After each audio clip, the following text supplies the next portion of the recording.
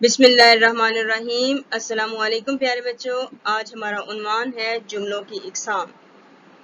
جملوں کی 3 اقسام ہوتی ہیں: مثبت جملے یعنی سادہ جملے، منفی جملے اور سوالیہ جملے۔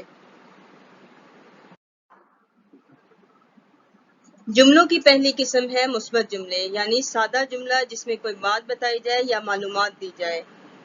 مثبت جملہ کہلاتا ہے مثلاً پاکستان کی قومی زبان اردو ہے۔ ختمہ کا استعمال کیا ہم نے۔ کیٹو دنیا کا دوسرا بڑا پہاڑ ہے۔ باغ میں ہر رنگ کے پھول ہیں۔ ان تمام جملوں میں صرف معلومات دی جا رہی ہے یا کسی سے بات کی جا رہی ہے۔ جملوں کی دوسری قسم ہے منفی جملے۔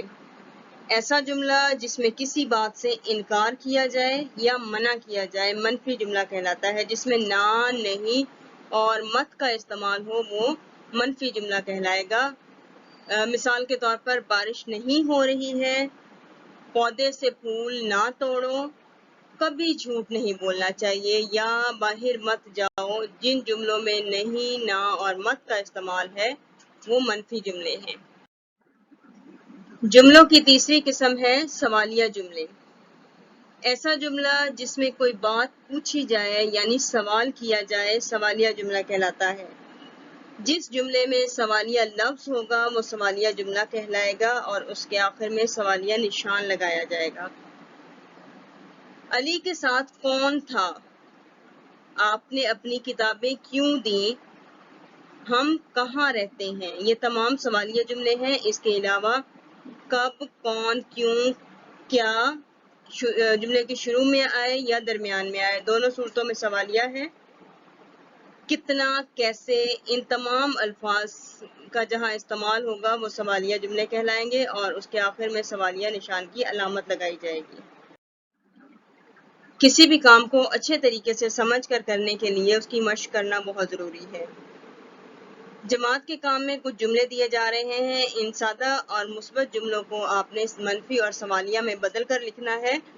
پرندے آسمان پر اڑ رہے ہیں، اس کو پہلے منفی بنائیے اور پھر سوالیہ بنائیے۔ آج موسم اچھا ہے، شہد کی مکھی نے چھتا بنایا۔ ان تمام جملوں کو پہلے منفی بنا کر پھر سوالیہ میں بدلیے۔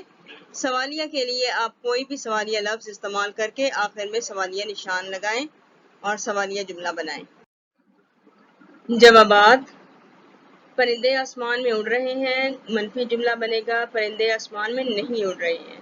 سوالیہ: کیا پرندے آسمان میں اڑ رہے ہیں؟ ہم نے سوالیہ لفظ اور نشان دونوں کا اضافہ کیا۔ شہد کی مکھی نے چھتا بنایا۔ منفی جملہ: شہد کی مکھی نے چھتا نہیں بنایا۔ سوالیہ جملہ: شہد کی مکھی نے چھتا کہاں بنایا؟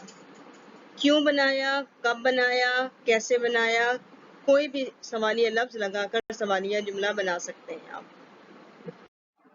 آج موسم اچھا ہے، آج موسم اچھا نہیں ہے۔ سوالیہ جملہ: کیا آج موسم اچھا ہے اور سوالیہ نشان۔ اسی کے ساتھ خدا حافظ۔ امید ہے آپ کو بہت اچھے سے سبق سمجھ آ گیا ہوگا۔